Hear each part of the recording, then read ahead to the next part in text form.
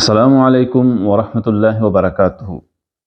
آج کی اگر اہم خبریں دیکھیں تو ان میں عمران خان صاحب کے لیے آج کا دن بھی انتہائی سنگین رہا اور ان کی مزید پریشانیوں میں اضافے کا باعث بنا آج کا دن، اس کی تفصیل کیا ہے۔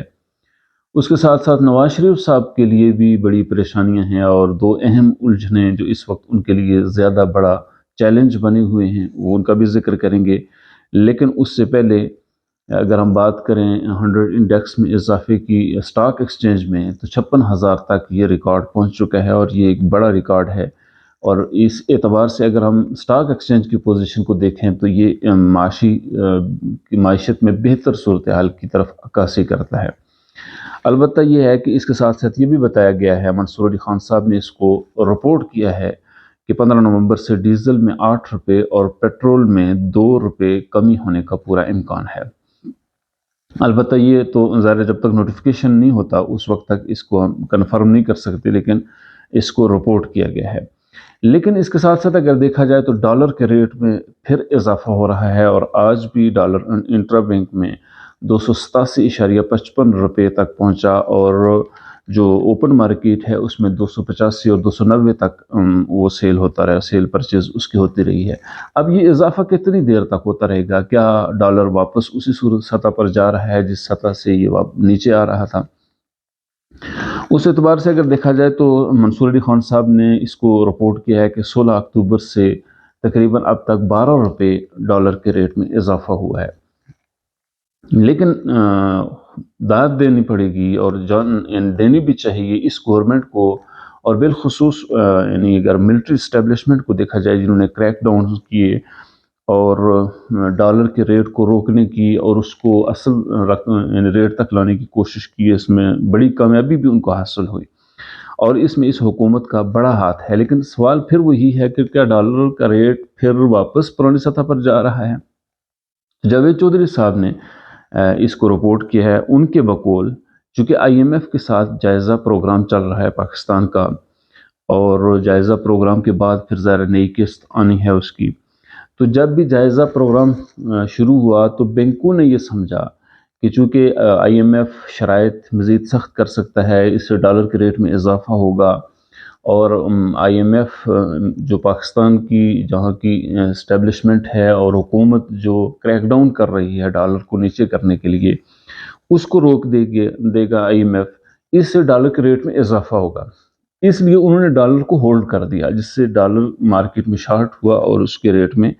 اضافہ ہونے لگا۔ لیکن جاوید چودھری صاحب کے بقول اس حکومت کا یہ فیصلہ ہے اور اس میں بالخصوص آرمی کا بڑا کردار ہے، جنرل عاصم منیر صاحب کا، اور اس حکومت میں گوہر اعجاز صاحب کا بڑا ہی اہم رول ہے کہ جنہوں نے اس گرتی ہوئی معیشت کو اٹھانے کا پورا یعنی ایک ان کے پاس پلان ہے اور اس پر پوری طرح وہ عمل کر رہے ہیں اور کام کر رہے ہیں۔ گوہر اعجاز صاحب نے جو ان کے اہم کارنامے ہیں ان میں افغان ٹرانزٹ ٹریڈ میں جس طرح پاکستان کو نقصان ہو رہا تھا تقریباً $6 بلین کا، اس پہ خاصا کنٹرول کیا۔ ایران سے غیر قانونی تجارت کو انہوں نے روکنے میں بڑا اہم رول ادا کیا اور فوج کو اور ملٹری کو بتا کر اور ان کی سپورٹ کے ساتھ اس غیر قانونی تجارت کو روکا۔ یوں جو ڈالر کی فلائٹ تھی غیر قانونی طریقے سے افغانستان کی طرف اور ایران کی طرف، اس کو روکنے سے تقریباً $1.1 بلین کا فائدہ ہو رہا ہے، اور اس سے انہوں نے جہاں یہ فائدہ پہنچا پاکستانی معیشت کو، وہیں پر ایکسپورٹ میں بھی انہوں نے اضافہ کیا جس سے پاکستانی معیشت بہتری کی طرف جا رہی ہے۔ البتہ ڈالر کا ریٹ جاوید چودھری صاحب کے بقول جو ہی یہ جائزہ پروگرام مکمل ہوتا ہے اور IMF سے نئی قسط آتی ہے تو اس صورت میں ڈالر کا ریٹ پھر نیچے آئے گا، اور یہ 260 تک انہوں نے کہا کہ الیکشن تک یہ 260 تک اس کو لے آئیں گے، اور اس کے لیے اہم اقدامات کیے جا رہے ہیں۔ اب اس سے پہلے کہ عمران خان صاحب کے لیے کیا پریشانیاں ہیں اور ان کے لیے آج کا دن کیوں زیادہ سخت رہا اس پر بات کریں گے، لیکن اس سے پہلے نواز شریف صاحب کی جو دو اہم پریشانیاں ہیں ان پر بات کرتے ہیں۔ تو نواز شریف صاحب کا ہمیشہ سے یہ رہا ہے کہ وہ الیکشن کے دوران الیکشن کمپین میں ہمیشہ اسٹیبلشمنٹ کے مخالف بیانیے پر الیکشن میں اترتے ہیں۔ لیکن اب کی بار اگر دیکھا جائے جس طرح نواز شریف صاحب واپس آئے ہیں تو بعض لوگوں نے تو کہا کہ یہ لاڈلے پلس ہیں۔ ایک تو اس ٹائٹل سے نواز شریف صاحب بہت ہی زیادہ پریشان ہے اور ان کا یہ کہنا ہے کہ اس ٹائٹل سے، اور جب یہ چپک جائے تو پھر اس سے وہ الیکشن میں اس طرح کی کامیابی ان کو نہیں مل سکتی جس کے لیے وہ آئے ہیں سیاست میں، یا جو ان کی حکومت کو بہتر طریقے سے چلانے کے لیے کام آ سکتی ہے، ایسی اکثریت حاصل نہیں کر سکتے۔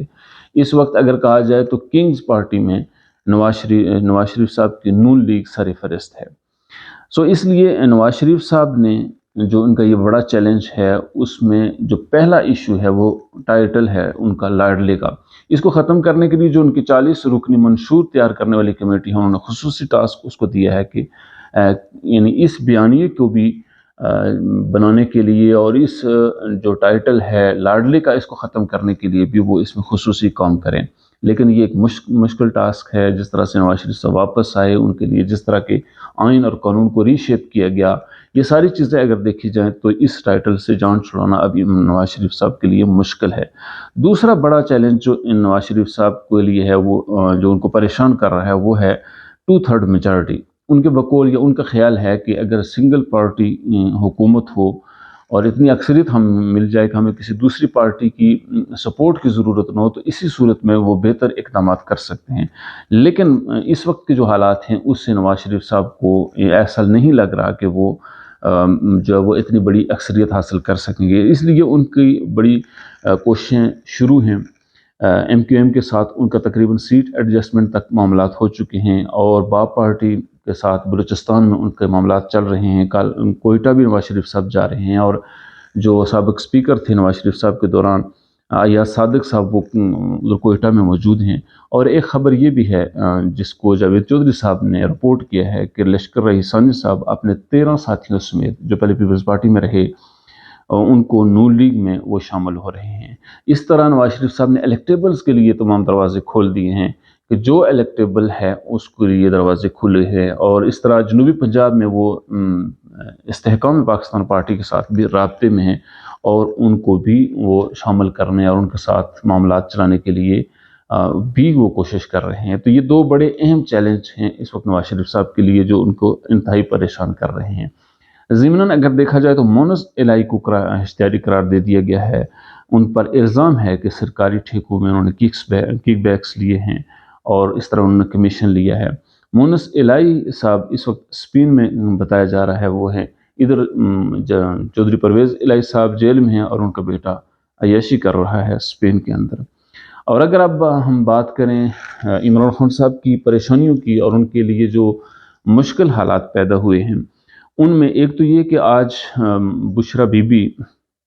جو ہے وہ نیب میں وہ پیش ہوئیں۔ بہت سے لوگوں کا خیال تھا کہ ان کو گرفتار کر لیا جائے گا، جس طرح کہ پچھلے دنوں سے ہم نے بھی ایک دو ویلا کیے اس پر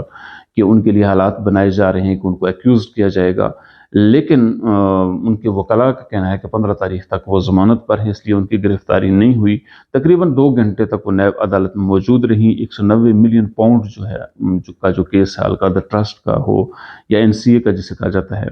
اور اس میں ان سے سوالات کیے گئے۔ منصور علی خان صاحب نے اس کو رپورٹ کیا ہے، جس میں کہا گیا ہے کہ 11 سوالات ان کے سامنے رکھے گئے ہیں، جن میں القادر ٹرسٹ کا کیا مقصد ہے، آپ کے القادر ٹرسٹ میں بحیثیت ٹیچر بھی کام کرتے ہیں، تنخواہ لیتی ہیں یا نہیں لیتی، القادر ٹرسٹ کس کا منصوبہ تھا، اور یہ کہ ملک ریاض صاحب کا اس میں کیا کردار ہے، اور فرح شہزادی کو آپ کیسے جانتی ہیں۔ اس طرح کے 11 سوالات بشرا بی بی کے سامنے رکھے گئے ہیں۔ اور جو عمران خان صاحب کی پریشانی اس کے علاوہ ہے، وہ یہ کہ عمران خان صاحب پر توشہ خانہ کیس میں سزا ہو گئی تھی ان کو، لیکن وہ سزا یعنی اس اعتبار سے معطل بھی ہوگی، اگرچہ نااہلی ابھی برقرار ہے، اور سائفر کیس چل رہا ہے۔ بہت سے مبصرین کا یہ کہنا ہے کہ سائفر کیس انتہائی مضبوط ہے، اور اس میں ثبوت انتہائی مضبوط ہیں، اور عمران خان صاحب کو کسی بھی صورت میں باہر نہیں آنے دیا جائے گا، اس میں ان کی ضمانت نہیں ہو سکتی۔ لیکن چونکہ ان کا ضمانت کا کیس لگا ہوا ہے، تو بہت سے جو تجزیہ نگار ہیں انہوں نے یہ کہا تھا کہ اس سے پہلے، اس ضمانت کے کیس سے پہلے ان کو ایک اور گرفتاری ڈال دی جائے گی۔ آج جو ہے وہ جج بشیر صاحب نے جو نیب عدالت میں ان کی عدالت میں کیس چلا، اور عمران خان صاحب کے لیے 190 ملین پاؤنڈ میں جو ہے وہ وارنٹ گرفتاری جاری کر دیے گئے ہیں۔ ان سے یہ اندازہ کیا جا سکتا ہے کہ عمران خان صاحب اب شاید کبھی بھی، یہ تو نہیں کہا جا سکتا لیکن بہت جلد یا بہت جیل سے باہر نہیں آ سکیں گے، ایک لمبے عرصے کے لیے ان کو جیل میں رکھا جائے گا۔ ہماری ویڈیو کیسی لگی، آپ کی ہماری معلومات کیسی رہیں، آپ اپنے کومنٹ باکس میں ضرور اس سے آگاہ کیجیے، ہماری چینل کو